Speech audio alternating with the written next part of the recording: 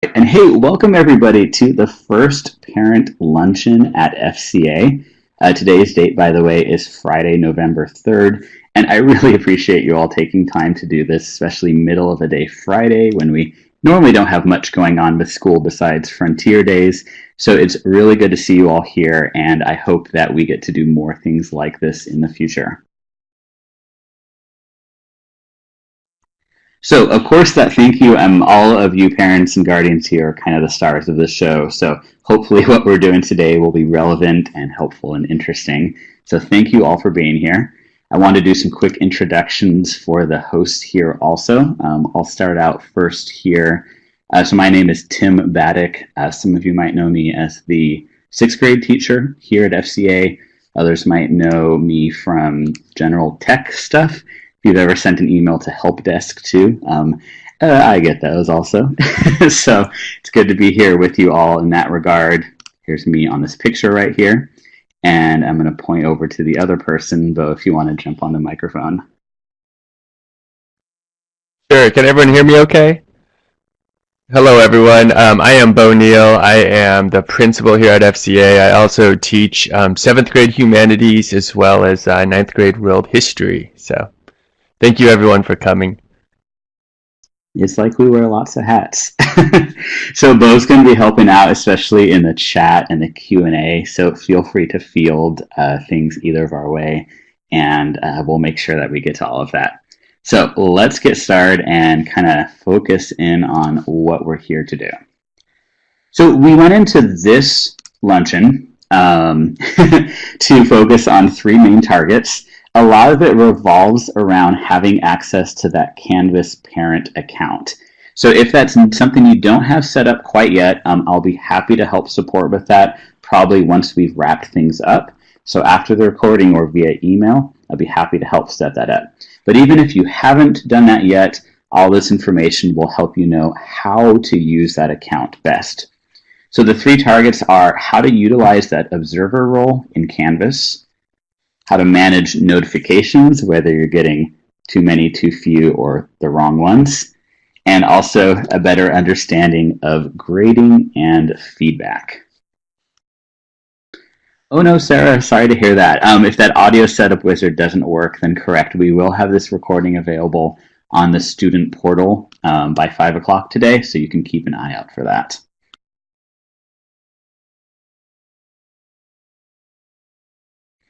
Oh, I put this as a reminder myself on the bottom right. Q&A. We'll make sure to have time for questions and answers once we've gone through these three things. So I think we'll have quite a bit of time for that. Okay, I wanted to open with a provocative question, of course. Basically, what is the parent role at FCA? And it's really just to get some conversation around that because I think it will help educate what we're doing today. I have some drastic examples, kind of for a bit of humor here on the board. On one end of the spectrum, we have the Ronco rotisserie. If you remember the infomercials, the motto from that was just set it and forget it. So you do one thing early on, then it works. You don't need to go back to it ever again. And then the other end of that spectrum, I of course have the helicopter always hovering close by, perhaps having to do too much work. So that parent role I know falls much more in the middle, but I'm thinking just a way to kind of engage, what we're here to do. If you would like to in the chat jump in about something that you believe is part of the parent role here at this school, so something that you're basically here to do in regards to that student success. So you can think kind of real concrete or a little more general, something about that parent role, because it's a difficult thing to know what exactly you're here to do, and sometimes hearing that from other people is useful also. I'm going to turn on microphones, by the way, in case anyone wants to jump on that.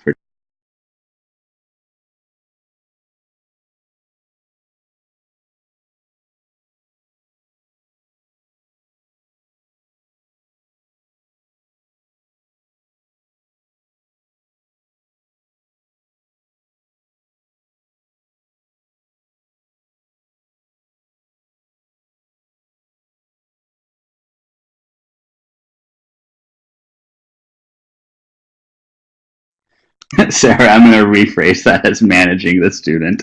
I totally get that there. Let's keep these coming here. I'm sure we'll have a nice variety.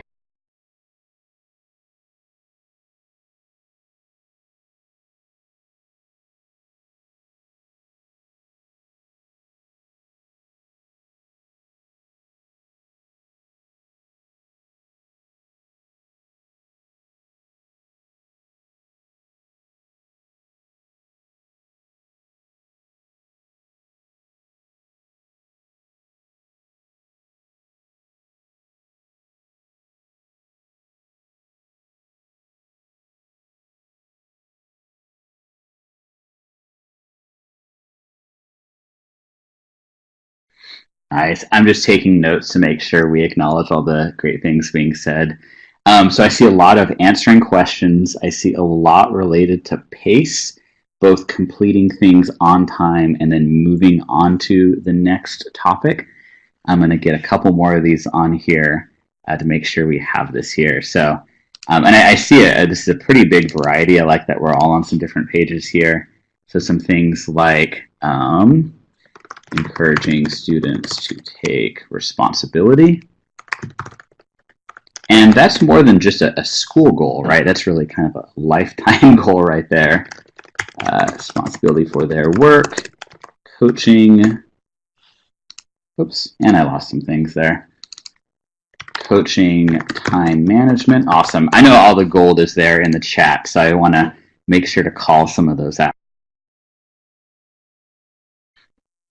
Awesome. And I'm seeing a trend with these here. I'm seeing that that parent role is definitely not focused on instruction. Like, hopefully you don't feel like your role is to have to be the teacher. Maybe in some subjects that has to be the case. You realize that some more difficult than others. And so a little more coaching is needed. But what I'm seeing is much more of this coaching, this facilitating, especially around kind of that social and emotional side of things, where it's not just how do we do long division, but how do we help you prioritize what's important, understand the worth of what you're doing, self-advocate. And those are some of the really important skills at home. I just want to call out because as a teacher here, we can do a lot on the online side of things, but you being there at home and especially working on that side is super, super important. And a lot of this I see revolving around time management and progress and tasks. So I would love to relate that to what we're doing with some of the Canvas side of things here.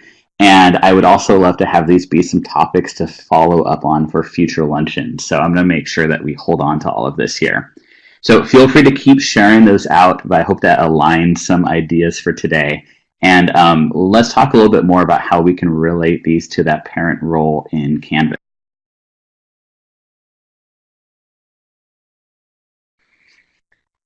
Okay, so that parent role. Now, I don't know a lot about cars, but I think I found a hub here on the bottom left. So the way that we really think of Canvas is at the hub where kind of all of the other work revolves around it. Canvas is where students are doing their assignments. It's where they have their calendar of live sessions. It's their inbox for talking to teachers and for group projects. It's where the course content is, the discussions, the gradebook. And then there's the parent account, and that's what we've talked about. There's been help documents to set that up, and that's something we can circle back to afterwards for any help setting that up. And that role is called an observer account, and I really do think of it as a pair of binoculars kind of watching from the outside there. So because it's those binoculars, it's not participatory. You're not posting on the student's account or submitting assignments for them. It really does let you have that hands-off view, but see literally everything going on in the courses. So I want to make sure that since it is kind of a robust tool, that we're using it effectively. If you're someone who likes lists and reading to follow up on, I have a PDF I'm going to push out that you're welcome to bring up in your browser and view later, or not at all. That's totally fine. But it gives you a breakdown of everything that the Canvas Observer account, so your parent account, is able to do. So in case that's something you're curious about, that should show up in your browser. And if that does not show up, feel free to let me know later and I'll send that along.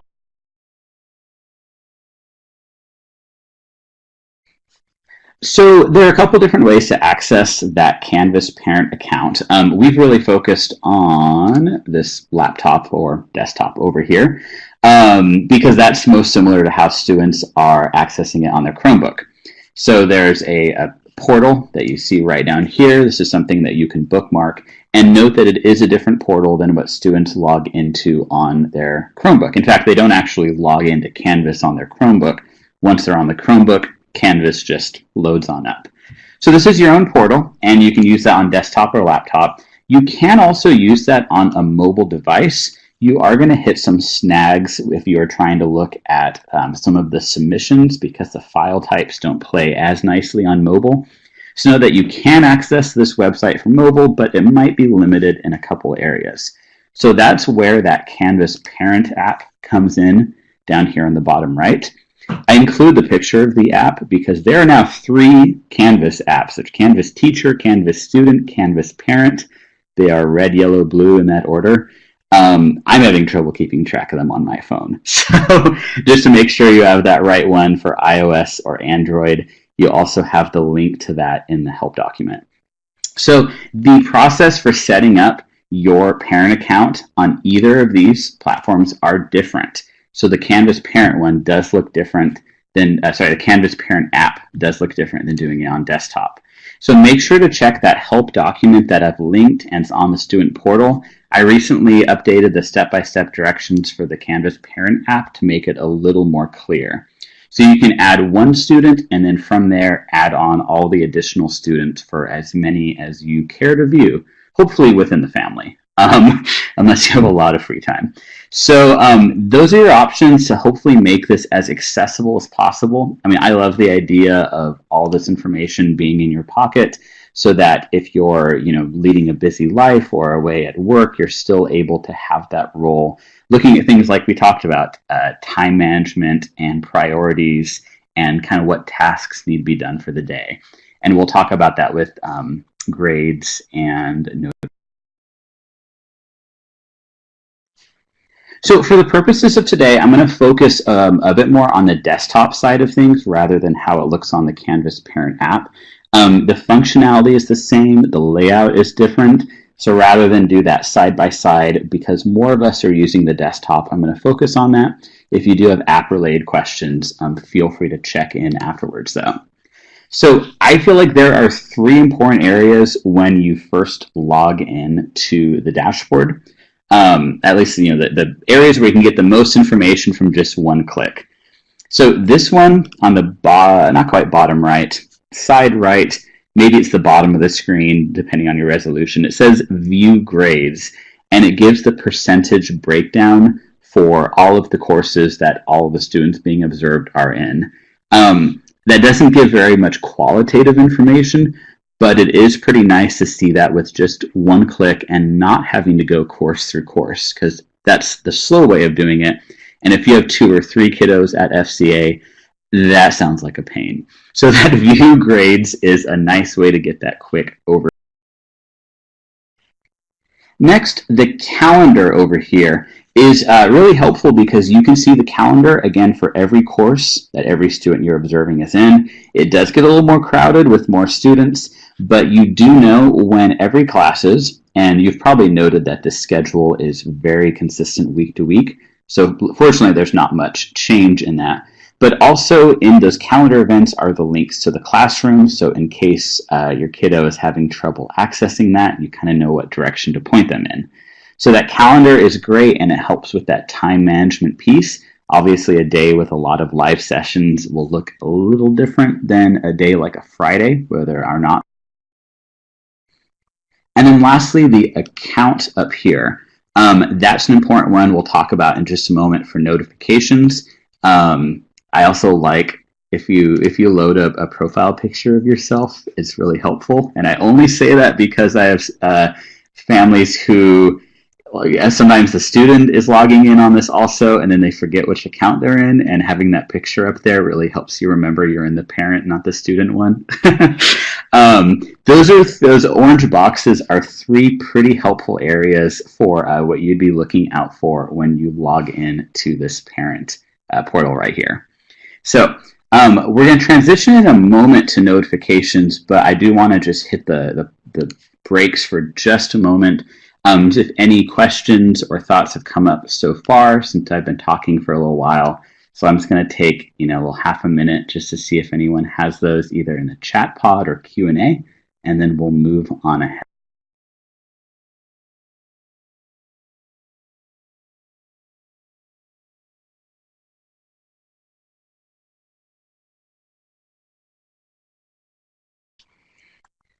We're doing good. These are the pros. These are the experts here. They're like, when does the advanced level stuff come in? Well, we're going to transition to managing notifications. That's something that you do within that account menu right there in global navigation. So in case you do want to have a separate tab up, if you're able to on your device, you can follow along or just take note of this for later. Again, that recording will be available too. So clicking on that account menu brings up this following submenu that you see right here. Profile is where you change that photo, by the way. By the way, I think every student should have an awesome profile photo, ideally of themselves with their webcam. So if they haven't done that, let them know. It makes a big difference. So at the very top is notifications. And that is where you will click to manage notifications. So let's talk a little bit about what those. So the notification is the email that you get to your email address that you use to sign up with this Canvas parent. So it's an email that comes from Canvas LMS, and it will either be an automatic notification of something, or it will be kind of like a summary digest. You might get a mixture of the two of those. And I just want to break down the different frequencies for these notifications and some of the different types. So it's broken into 4 categories. This check means notify me right away. And I literally mean right away. And that can be great because if a grade is posted for something and you have grading included right there, then you get an email as soon as that grade is posted. Downside of that means if the student submits a ton of items and every one of them gets graded back to back, it's a little bit of a flood of emails. So I do want you to keep track of what is that right balance for you in terms of how often you're getting those notifications. Next up on here is the daily summary. I actually have this set for quite a bit of things because it's helpful for anything where you don't need that same frequency. So you get an email at 6:01 p.m. on the dot every time. I think it's never been off by a minute. And it is a digest of every item that you selected that icon for. So what I like about that is just thinking in the flow of the day. It's after the traditional school day has really ended, but possibly before some of the family time that you might have in the evening. So it does offer an opportunity for that conversation. I know it's the really tried and true, like, what did you do in school today? That happens. I know those conversations are important, but you can also have some access to what they did in school today. And so those questions can be more of, tell me more about, what questions you asked on this assignment, or what did you learn from that peer review? It gives you a little bit more to work with, and I like that timing of the daily summary. It works out nice for that 6. Lastly, the weekly summary, these are the pretty, I'm not too worried about this. I like to know about it, but it's not super on my radar. You get an email Saturday morning. This one doesn't have a specific time. It's between 8 a.m. and 1 p.m. And it's just like the daily summary, but a breakdown of the whole week for all those items you chose that calendar for. Last one on here is that X. You might have wanted to click this before if you're like, I'm getting this email too much. Never send me anything about that notification again. And there are some items where it will make sense to do that. So that's the full range And I just want to look at a few items. Some of these are going to be personal preference, and I want you to think about, too, when we discuss that parent role, kind of what your parent role looks like, how involved and how hands-on you want to be with some of these items. So I'm going to give an example of a nice, like, I maybe need to know this on a daily basis, but not right away. If a teacher posts an announcement, so announcement would be a class-wide notification. So it's usually like an update to course content or something everyone needs to know about. It's kind of like sending an email blast also. Those probably aren't the most time-sensitive things. So daily summary, sure, that's probably fine for you. Grading I mentioned earlier. So again, if you are getting these too frequently, you are more than welcome to shift this to the daily summary. However, if that does help you during the day, like for example, if you're in contact or nearby your student during the day, if you want to immediately be able to have that follow-up on a grade, why that grade was the way it was, that is a good one to have for that check. But personal preference, consider kind of where you follow in those. There's also this nice little checkbox. I just want to throw this out there because student privacy is always like a huge, huge thing for us. If the email address you include is like a work email, like something managed by someone else, you can uncheck that so that there's no sensitive student information that would be included with that grade. That way that's not living on someone else's server, that's not managed by yourself. So this is in your hands to make that choice, but just wanted to let you know that that choice was there. Lastly, and these are just the items I think are the most important right here, the submission comment. So sure, a 1 out of 1 is great, a 0 out of 1 is concerning, but what does that really mean contextually? Was this because an assignment was not submitted, or because it was done incorrectly, or maybe the wrong item was accidentally uploaded instead? This comment, it tells you what, basically the teacher feedback that was associated with that assignment. So as soon as the teacher leaves feedback, you would get this email right away if you chose the green check, or the daily if you chose the daily one. So these are personal preference, especially for grading submission comment. Think about what works for you, find that rhythm, change it up, but I want to make sure you're getting like the right amount of notification. By the way, this is what the email looks like in case you're unfamiliar with it. So it comes from notifications@instructure.com. This is the sender right there. If for some reason you're not receiving these or don't know where they're going, this lets you know what address to look for in case it's accidentally going into spam or something like that. So this is that daily summary, and check it out. The timestamp, 6:01 p.m. on the dot. All right. So that was most of it with notifications. Again, want to take that little breather. It's not just for me to have a sip of coffee, but also in case you have any questions or ideas that came up for that last part there. And then after that, we'll be moving ahead to grades and feedback.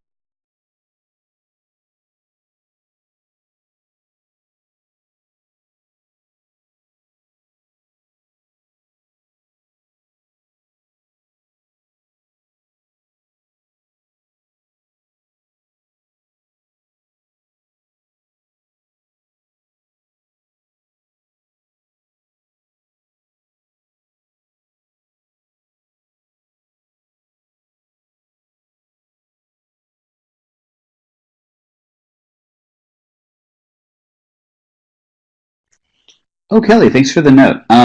Let me make a note to follow up. We'll see if you have the parent account set up to the email address that you need, and make sure that you're getting those. So I will just make a note to follow up on that. Thanks for checking.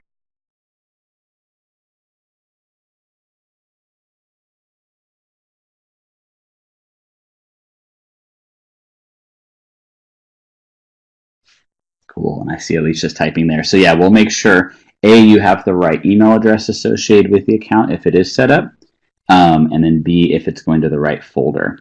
Also, by the way, just want to make the note, Right, we can have more email addresses on a parent account. So if you want 2 email addresses on it, then that's easy to add. And Alicia, I'm going to make a note to follow up on that also.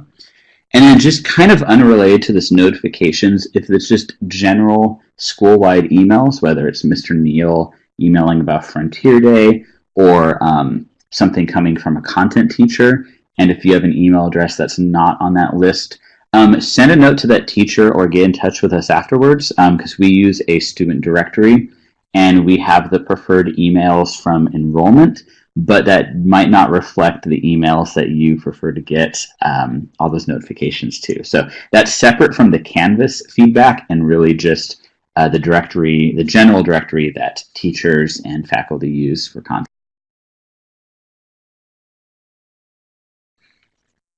Awesome. So Judy, I'm going to send you a resource as soon as we wrap up here. On the student portal, we have a help document for setting up the Canvas parent account on desktop or app, and that will give you the step-by-step directions. And it'll do a little better job than here. But I'll have to hold off till after the recording for that because it will involve student information. Awesome. Cool. We have some follow-up here. I'm just writing things into an email, so I remember that. Let's see. Hazel asks, is there any benefit to having a parent email as opposed to checking in our kiddo's Canvas account? Good. No, it's a really good question. I would say that the one difference is that if you would like these notifications to be going to maybe the email on your phone so that you can be setting that up and reading that on the go, that would probably be the best reason to do that. So, regardless whether you set up with the desktop or the app, you can be making sure that you receive all those notifications. And since the student account happens within that secure FCA domain, it doesn't really have those emails going in and out, from that to other addresses. So it's a way to kind of put those binoculars on and set that up so you could view it from any device anywhere. Cool. So we'll check in when we do our kind of Q&A at the end, see for any support for setting those up. But glad this gives an idea of how we'd be using that. Okay, grades and feedback. It's kind of the big one, right? At FCA, we're all about the grades. No, we're not all about the grades. We're all about the feedback. That's what I think personally. So let's get a little more information on that. I talked about earlier how from the dashboard, there's that view grades button that gives you the overview. But I want to dig a little bit deeper because you can see some pretty cool things if you look at the grades for a course. So this would mean going to the actual course for a student. So say it's like, I know English for Anthony is just a big struggle, and I want to make sure that we're really honing in on English and getting that qualitative feedback. So going to the courses and picking that English course. In the navigation for a course, you always see a section that says grades. It might be in a different order, but grades will always be on there. And that's where we're going to dive a little deeper because you can find some cool stuff there. So that's courses, selecting the course, and then grade. So this probably looks familiar if you've checked it out before. So this would be for your specific student in a specific course. And I just want to do a quick overview of what you see on that grades menu. So you see their submission, and this link to the assignment, it actually takes you to what the student submitted, and we'll check that out in just a moment. You also see the date that it was due, and if it was turned in after the due date, you see this little red late button, which doesn't mean anything besides the fact that it was late, but just so you know. Due date here, the score, so this is points received out of point total, and then feedback, and I'll talk more about feedback in just a moment. All of those add up to see the total course grade, so this is the grade in the percentages and points, and that's pretty useful, right? That's kind of like more detailed than you'd have on a report card. But like I said, I want to dig a little bit deeper. Okay, so if you see these 2 word bubbles next to an assignment, that means that there is feedback from the teacher. It's a little different teacher to teacher, and I know this is something that will probably become more consistent as we all use the system more. But not every assignment will have feedback. For example, an assignment that's just like a one question weekly starter quiz probably doesn't require some in depth teacher feedback, whereas something like a giant project students have worked on for weeks would most definitely have that. So in that menu we just looked at from grades, clicking those two little talkie buttons, I don't know what to call word bubbles, will expand all of the comments for that. It just appears right underneath the assignment. So it gives you a little bit of a kind of a log of what happened here. Like for example, this was a assignment that was 0 out of 1. And you can see from the first round of feedback that the teacher, in this case me, mentioned something missing from the prompt. And then there was a follow-up the following day about a reminder to answer that prompt. And notice that was all before that due date. So in